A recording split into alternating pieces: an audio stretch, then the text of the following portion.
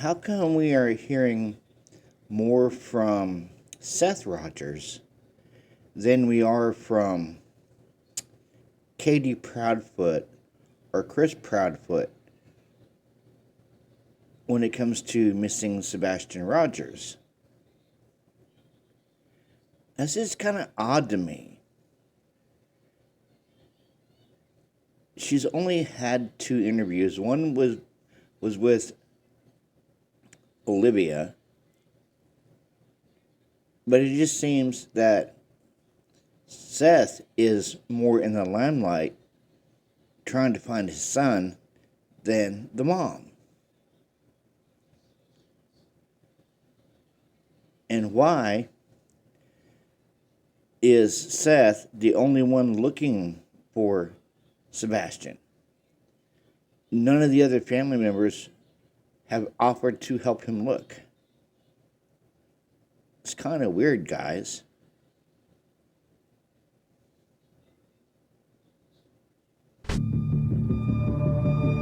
February 26th in Hendersonville, Tennessee. It was a Monday morning. Katie Proudfoot says she woke up at about 6 in the morning to get her son Sebastian ready for school. But when she went to his room, he wasn't there. Katie quickly went around the house and could not find him. Where was Sebastian? Panic quickly set in. Katie says she called police and searched around the neighborhood and at school and could not find him. She says his shoes were still at home. His phone was still there too, but a flashlight was missing. Where did Sebastian go? Did he leave in the middle of the night? Why would he leave? These are all questions that have no answers. Police say they don't know where he is. They don't know what happened. All of Sebastian's parents have cooperated, his mother, Katie Proudfoot, his stepfather, Chris Proudfoot, and his dad, Seth Rogers. They also say there's no sign of foul play. But people don't just vanish. Tonight, we speak live with Sebastian's dad. What does he know? What does he suspect? Then we'll also listen to what Sebastian's mom and stepdad have said. Does it all make sense? Tonight, as investigators continue their search, we continue our investigation into the mysterious disappearance of Sebastian Rogers. I'm Vinny Politan. Thank you so much for joining us tonight. I want to start here because this is the most important part. If you take nothing else away from the next hour of this program, please just remember this face. Okay. Everybody, remember that face. The face of Sebastian Rogers.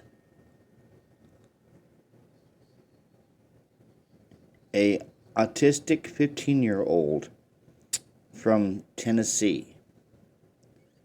Everybody, let's remember this face right here.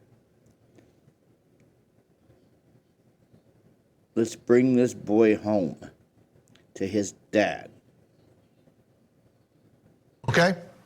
If you don't remember anything else, even if you change the channel at some point, please remember this face. This child is missing. You may know something. You may have seen something. Investigators need help.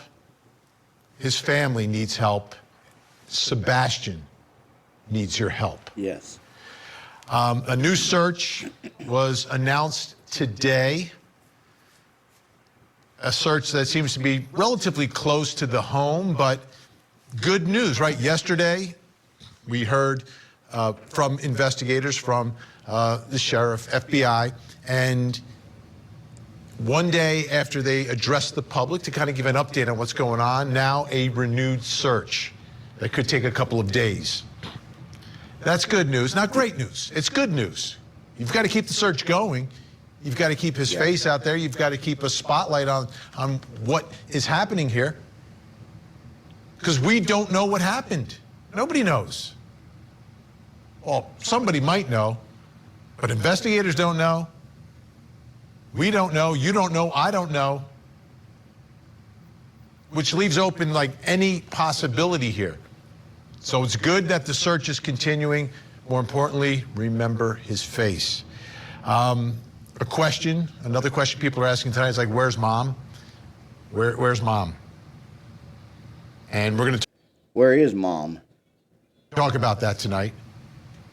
and a lot of people have been talking about that, but it's a difficult position for any parent to be in what has happened here. Now, I can tell you where Dad is. Dad's going to be here. He's going to be here live on this program, and we'll get a lot of information from Seth Rogers when he joins us in just a moment. But I want you to listen one more time to the Chief Deputy from the Sumner County Sheriff's Office, again, describing the status of this investigation, this search for a missing child. There is no evidence to support foul play is involved in the disappearance of Sebastian. But at this point, you don't rule it out? We're not ruling anything out. Not ruling anything out. Why? Because they don't know what happened here. They don't know. I want to bring in our special guest right off the... Hey, guys. Sebastian has been missing since February. This is almost May coming up.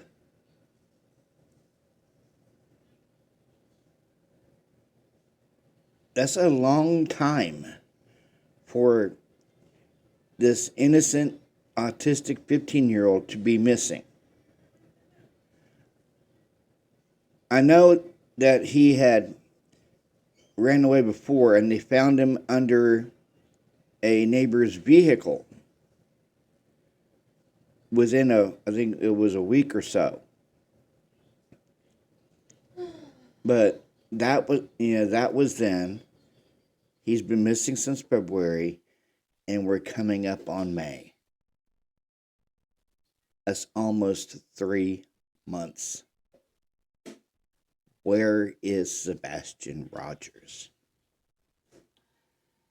In an interview I watched earlier, his mom said that she heard a thud in his room, and she told him to go to bed. And then when she woke up the next morning at 6, he was gone. So what thud did she hear? And why is there a missing flashlight? At the top, Sebastian's dad, Seth Rogers, joining us tonight from Clarksville, Tennessee. Seth, thank you so much for joining us. I know this isn't easy. A lot of people are asking you for your time, so we do appreciate it. How are you doing? How are you holding up?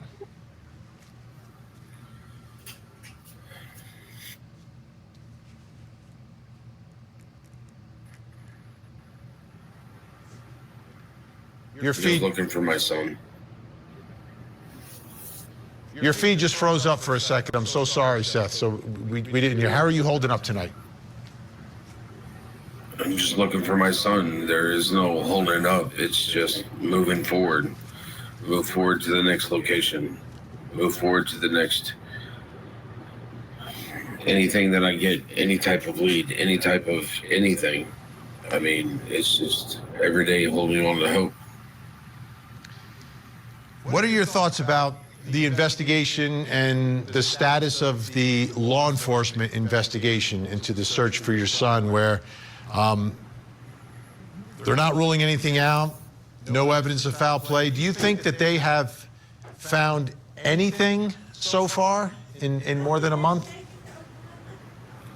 I'm not part of the investigation, and they don't have to let me know anything, which they don't let me know anything. Fair enough. Not letting you know anything is one part. The other part is you're his dad, right? So I'm recording. has that communication been enough to have you feel like, okay, I know and I trust that they're working this thing? I'm in law enforcement myself, so I've got to trust the procedure. I got to trust that if everything is followed by the procedure and everybody's doing what they're supposed to do, that there'll be a positive outcome and my son will be found. He's a law enforcement officer, and he's got to trust the procedure. And yes, he does trust the procedure.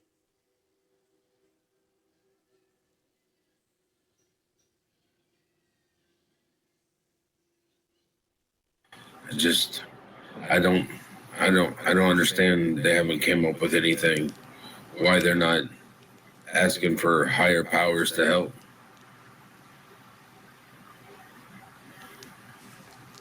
From where, I want to go back to when you first found out, and this part isn't clear in my head.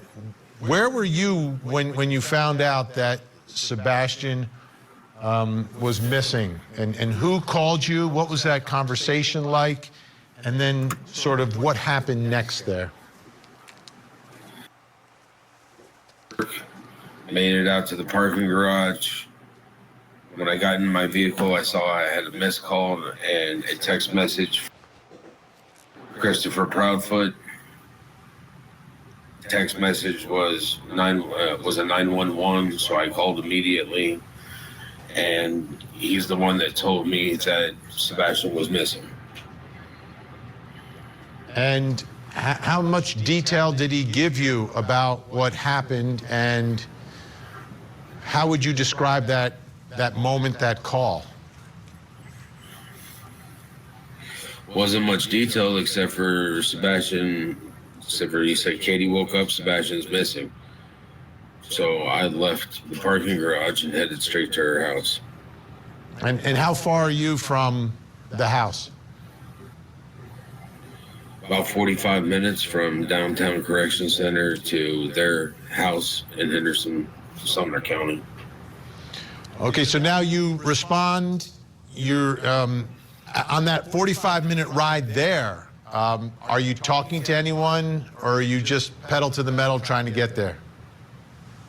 Nah, I'm trying not to get a speeding ticket. I get that, but I mean, are you just focused on getting there, or are you calling his mom to get more details? No, I'm just focusing on traffic to get there as fast as possible. So now when you got there, what happened at that moment? Like, did you have a conversation with his mom, and did you try to find out, like, well, what the situation was here? When I got there, there was already law enforcement presence there. So I walked in and just started listening to what was going on. And I wanted to hear what was going on. So I got to hear her telling law enforcement asking questions, me listening to the questions and listening to the responses from his mother. And what did... Do you guys think that Katie could have been lying to the law enforcement? I mean, honestly, let me know down in the comments if you guys think that Katie was lying to law enforcement. Did you form any opinion based upon what you were hearing? Knew my son was missing, and I just started watching body language, listening to words coming out. Did I form an opinion? Yeah, I formed an opinion. I am only human. And what was that opinion?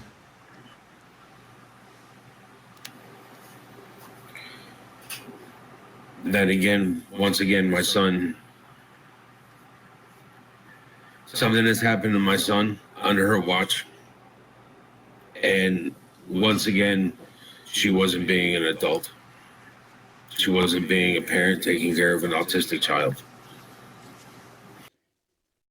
Do you guys think that Seth is suspicious of Katie? Maybe he thinks that she is part of Sebastian going missing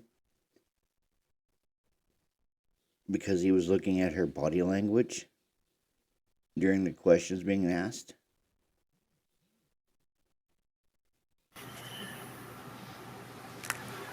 So as you're listening and watching her, now she was home, it was just Sebastian and his mom that were home at that time? When I got, yes, because when I got there, it was just Katie, and I think Chris's mom was there, but it was just, when the incident happened, it was just Katie and Sebastian at the house, from my understanding. Now, I've got to imagine your mind is racing at the time you're hearing all this information. So as you're hearing the information from Katie, and from what you're telling me, it seems like you're a little upset in how things were handled. So what happened next? Where did you go? Where did she go? What did police do at that? Guys, don't forget the space.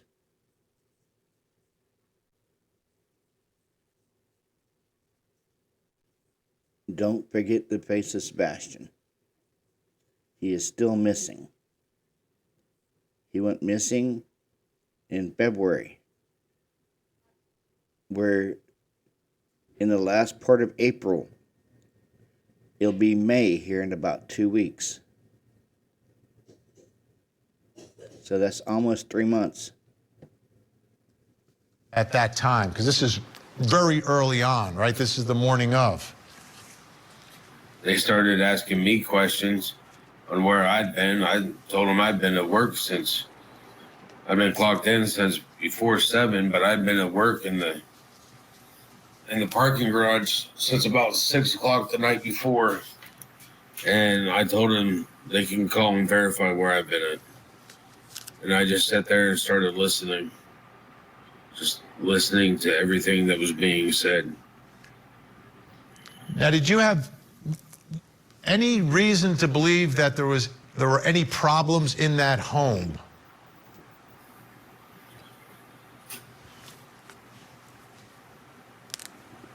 Katie was pretty adamant about having a good weekend, which meant my son wasn't misbehaving in her point of view.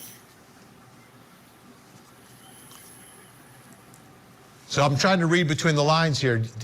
Do you believe that she doesn't exercise enough patience with Sebastian, and that causes some problems in the home, or she doesn't approach her responsibilities as a parent appropriately?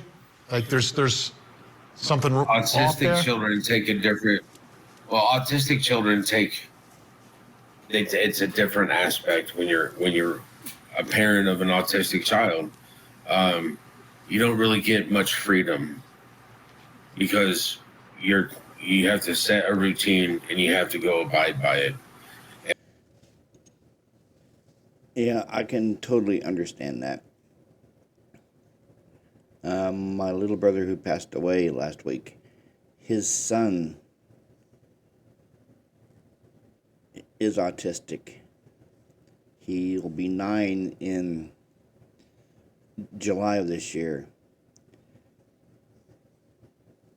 And he's moderate to severe autistic, so he has to have a very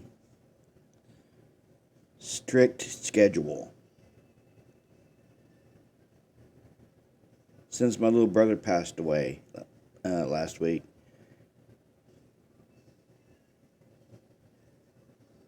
well, it'll be actually 2 weeks this coming week.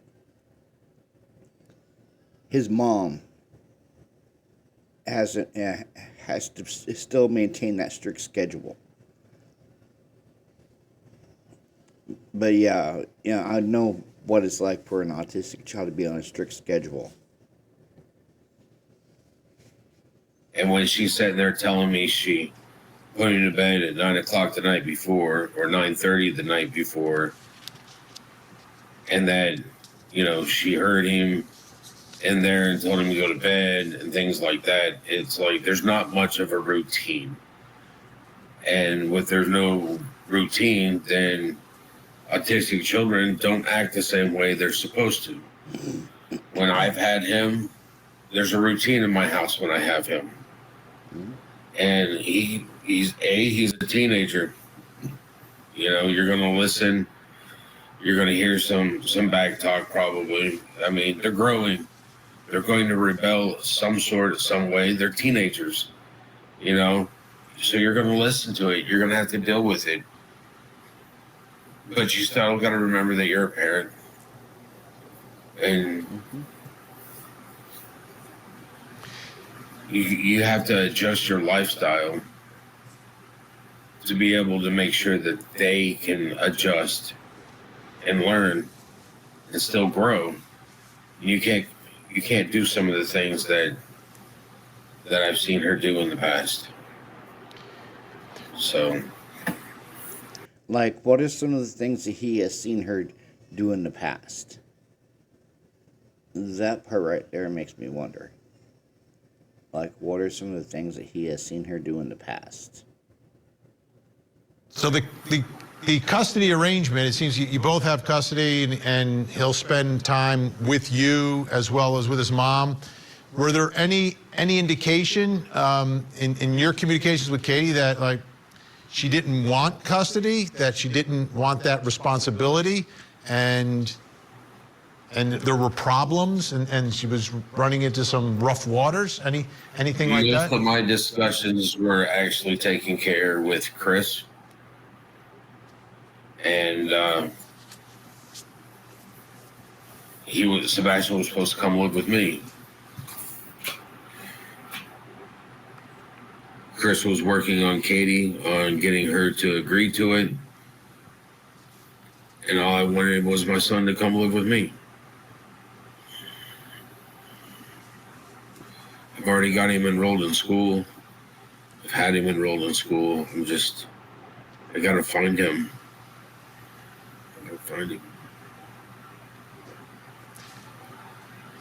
I want to put something up on the screen here. This is from the Sumner County Sheriff's Office. They made a Facebook post. Important announcement, attention everyone.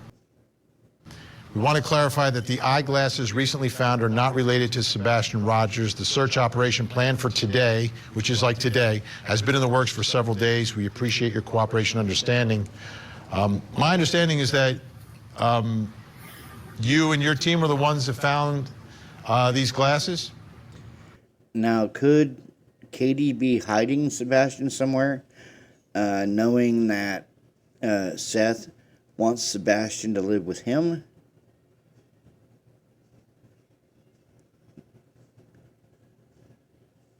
I mean, it's an interesting theory. She could have him hidden somewhere. Because, like Seth just said, he's wanting Sebastian to live with him. And Chris was supposed to be talking her into doing just that. And then all of a sudden, Sebastian goes missing.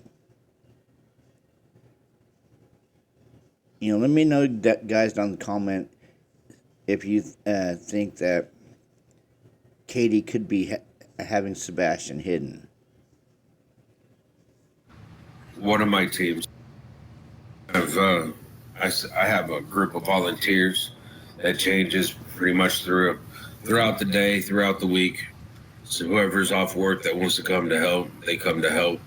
And then I separate everybody in teams, and I ask them to go flyer this area or flyer that area. And one of my volunteer groups found glasses. They contacted me because they couldn't get a hold of anybody they told me they couldn't get a hold of anybody at the sheriff's office. I turned around, I called my contact. They were busy. I flagged down a deputy sheriff that I saw by our volunteer area and turned around and had him wait. And I told them to put on gloves, bag them, tag them, bring them back so I could give them to the deputy sheriff that was there so that we could fill out the evidence and have a chain of evidence. And when you saw the glasses, do you agree with this, that they couldn't be Sebastian's? They were very similar to Sebastian's. It's been a month and a half since I've seen my son. So, you know, it's a month and a half since I've seen his glasses. They looked really, really similar to the point that I didn't want to lose a chance that these might be evidence. So I gave them to the sheriff's department to log as evidence. I want to play for you Katie, who spoke on YouTube to the Chronicles of Olivia, describing that morning and the night before. And I want to get your reaction to what she says happened in the house and where they were. Let's watch. We went and picked up our niece. Yeah, I got a call and asked if I could go and pick her up, and I did. And so we went and did that. We went to BJ's. Had a good time there. He ate a colossal popcorn. Came home to put groceries away because we bought snacks because, you know, he's 15 and snacks. We went to the bowling alley, and then from there we went to dinner. Came home. He took out the trash because that's his chore. He takes the can to the end of the driveway. About 9 o'clock, told him to go to bed. And he's come out of his room where he was playing, and he said, "All right, good night, Mama. Good night, puppies. Love you." And went to bed. He was doing something in his room because about an hour later I heard some noise, and I was like, "I don't care what you're doing in there, but go to sleep." And about midnight I got up and I went to bed. And if she's hearing noise coming from his bedroom, then go check to see what the noise is.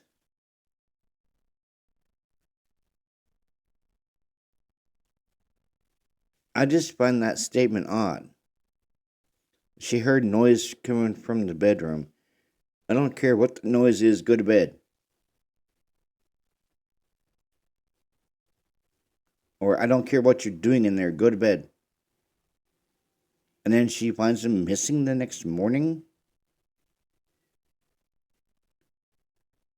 Talk about errant parenting on her part. And they're not showing any emotion here when they're talking about Sebastian. His father is showing more emotion than they are. 6 o'clock, I went to wake him up for school Monday morning, and that's when he wasn't here. Seth, you know Katie better than all of us, obviously. You know your son so well. Is there anything in that story that doesn't make sense to you? The inconsistencies, from what I've heard before, none of it makes sense. Things aren't, you know.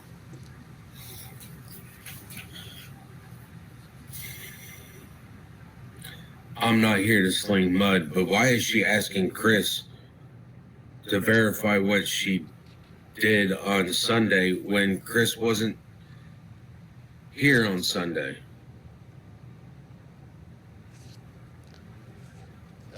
That is a very good question Seth just asked. Why is she asking Chris to verify what she did on Sunday when Chris wasn't even there on Sunday? And just like Seth said, there's a lot of inconsistencies coming from her. Or the fact that she said that she heard a thump on another interview and didn't bother to check on our son. You know, there's a difference between some noise or a thump. I mean, just...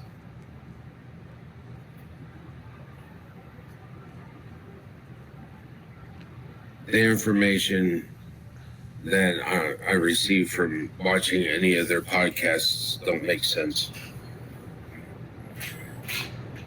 Seth, please stay with us. I have a few more questions, and I want to make sure everyone, why we're... Just like he said, the answers on some of their podcasts don't make no sense. And just like he said there a minute ago, on another interview, which I watched that interview this morning, guys, where as she stated she heard a thump. Why didn't she go check on him?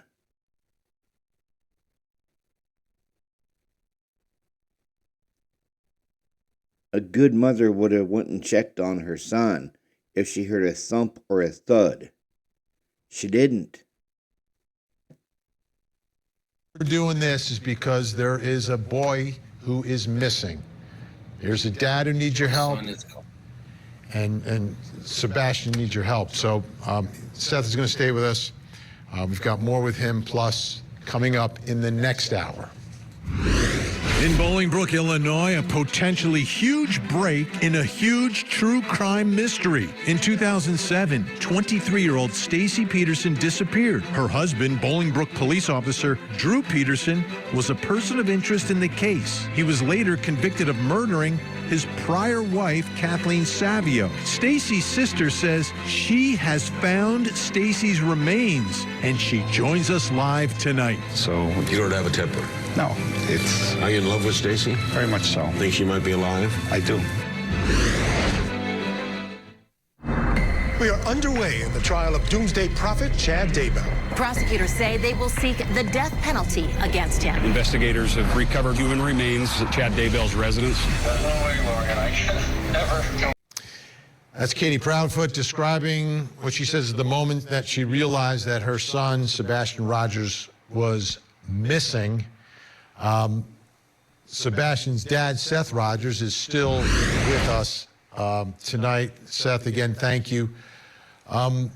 What is the last verifiable proof of, I guess, proof of life is one way to put it. I hate to say it like that, but the last time that you can verify that someone outside of that home saw him or he was on video? It would have been Sunday, leaving Texas Roadhouse. And what time was that about? About 6:30. And do you know everyone who was there at Roadhouse with Sebastian? All I saw was as they left the building and got into Katie's car, it was just her and Sebastian. And anything unusual about the video? Not that I could observe from what little I saw. And Okay, so Sebastian's last proof of life was 6:30 on that Sunday, leaving Texas Roadhouse. That was his last proof of life. when they went to dinner and out that day, I think Katie's described being with other family members. Have any of them spoken to you? Have any of them joined in the searches? No. No? No. How about the immediate neighborhood? Have all the homes been searched? Have the people in that immediate neighborhood all... Now, did he say no about the family members not talking to him, or was it no that they're not helping him look for Sebastian? all been cooperative? From my understanding, a lot of them have cooperated with law enforcement, and that they've given up their video cameras footage to Sumner County sheriffs, and they've been pretty much cooperative with law enforcement. How about... Me personally, I haven't been in that neighborhood since the Wednesday afterwards. I've been around there. I've been to the beach high school. But as for going into that neighborhood, no. I've been next door to the construction area. I researched that. I searched it on the Tuesday after he left, and then I've been there a couple times to research it. I've been to Beach High School. Been over to the fire station when they had the EMA Mobile Command Center there. Do you think it's possible that he would, because you know your son, that he would leave in the middle of the night, potentially barefoot, maybe with a flashlight? It doesn't seem like my son at all. He would never leave my house in the middle of the night barefoot. And if he did, he wouldn't. He wouldn't. You know, we've left in the middle of the night. There's been times that we've gone fishing in the middle of the night. You know, we plan that sort of stuff. But him walking out the door in the middle of the night, no. It's not something he would do. It's something he's never done on me. Is there any chance, and I know there were rules in place, but is there any chance that he could have been lured by someone either from school or somewhere else to, like, hey, you know, we're doing something at night, or we're going somewhere, or we're going to meet up? Is that, you think that's in the realm of possibilities? I find that highly unlikely, because my son doesn't really have a concept of days or or time in order to plan something like that. What do you mean? Could you explain that? Well, trying to get him to wear a watch is already hard enough. You know, I've had him set timers on his phone so that he remembers that, hey, it's 7 o'clock at night, I need to take my medicine. I mean, he doesn't really have a concept of time, except for, you know, he's got to, when he gets woken up in the morning at his mom's, normally around 6 o'clock, he's got an hour to get up, get ready, eat his food, and be out there to catch the bus between 7:10 and 7:20. Then he goes to school. He gets out of school at 3 o'clock, and I normally call him about 3:30. But when he's here, and it's a weekend or something, you know, there's no time. You know, telling him at noon we're going to head out and go fishing, and I'll sit there and watch. And he's all interested in going fishing. I'll sit there, and then he'll walk up to me. It's like 1, 2 o'clock in the afternoon. He was like, I thought we were going fishing this morning. And I was like, well, what time is it? And he'll run into the kitchen and look and be like, it's 2 o'clock. And it's like, oh, well, I thought we were going to do that this morning. And you needed to let me know when that was your thing. That's what I talked to you about. You know, let's get everything ready at 11 o'clock so we can go fishing. And you've been playing with your toys. You know, playing on your video game, watching TV with me. And it was like, well, I didn't realize what time it was. And it's like, okay, well, you know, we were supposed to do that this morning. Let's go ahead and get it done now. You know, he didn't really have a concept at the time. I want to take... It's one of the reasons I wear a watch. I want to take another listen to Katie and Chris from the Chronicles of Olivia here, talking more about Sebastian, and get your reaction. Sebastian hasn't been on his medication in 20 days. So he is rambunctious. He's got to be hungry. He turns into a bottomless pit. I mean, he's your teenage boy, you know, always hungry. On the spectrum, yes. But not one autistic child in this world is like another one. What we can tell you is he's smart. He can be goofy. He kind of has issues with personal space. He hasn't mastered. He can be up in your face kind of kid. He can be aggressive if he's upset. Yeah. He's emotional. He's a teenager. He doesn't like punch and hit and throw, but he gets really like aggressive stanced or like clipped where he just won't talk to you, or if he's really upset, he like growls. Seth, what are your thoughts about what we just saw? They're describing my son when he was like 4 or 5.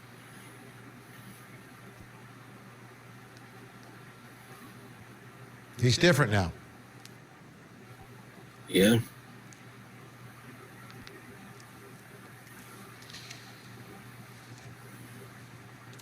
Can you give us your routine now? I mean, I just get a sense that you're not sleeping much, that you are out searching, you're organizing, you're getting the word out. What is each day? Seth looks mad, and I wouldn't blame him for being mad. If my 15-year-old son went missing under my ex-wife's time, or I should say watch, I would be pissed too. There's a lot of inconsistencies coming from Chris Proudfoot and Katie Proudfoot. I mean, just look at their body language during interviews. And she stated that Chris wasn't there on that Sunday, but yet she's wanting him to validate and verify her whereabouts on Sunday. There's just something in my gut telling me that either Chris is involved in Sebastian's disappearance, or his mom is involved, or they're both involved. Day like for you, and what are your thoughts about where his mom is, Katie, which is not in town anymore?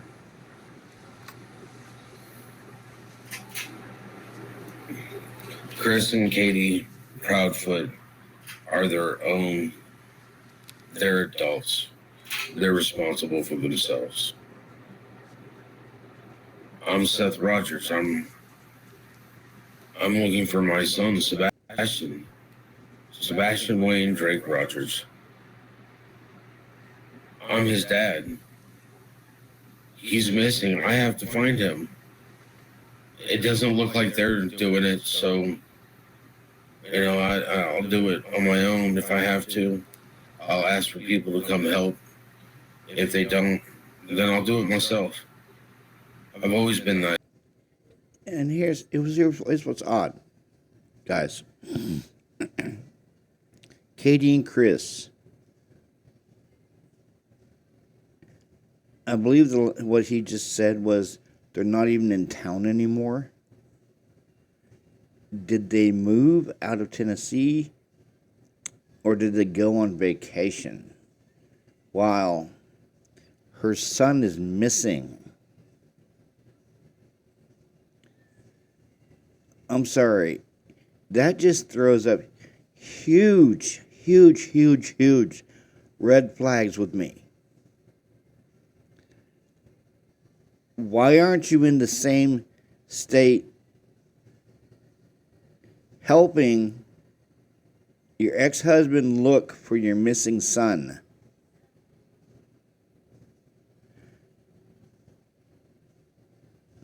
That just screams suspicious to me.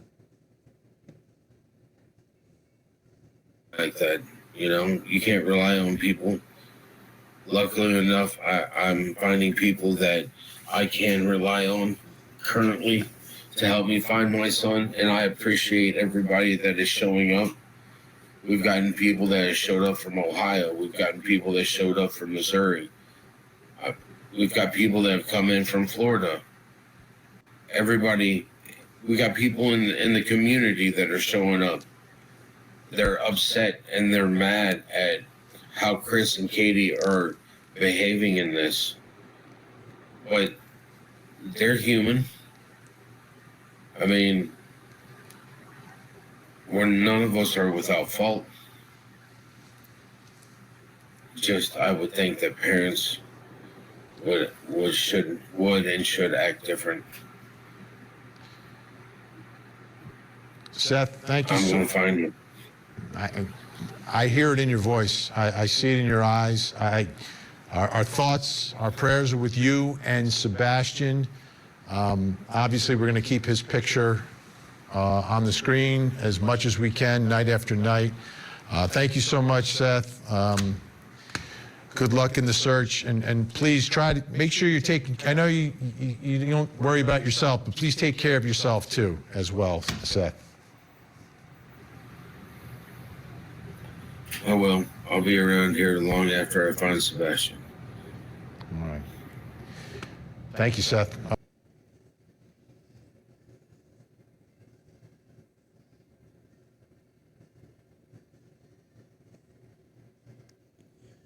Guys, let's bring Seth's son home. Let's bring Sebastian Rogers home.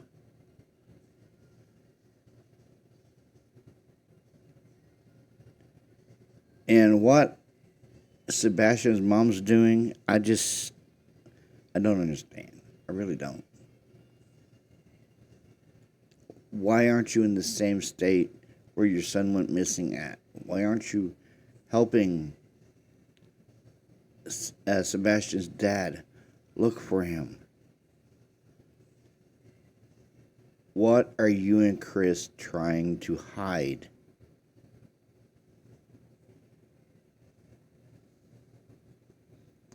Like always, guys, like, comment, subscribe to my channel. Hit that bell notification for any new uploads. And I'm going to keep on this case to the very end. This interview right here was from about 2 weeks ago on Court TV. Let's bring Sebastian home, guys.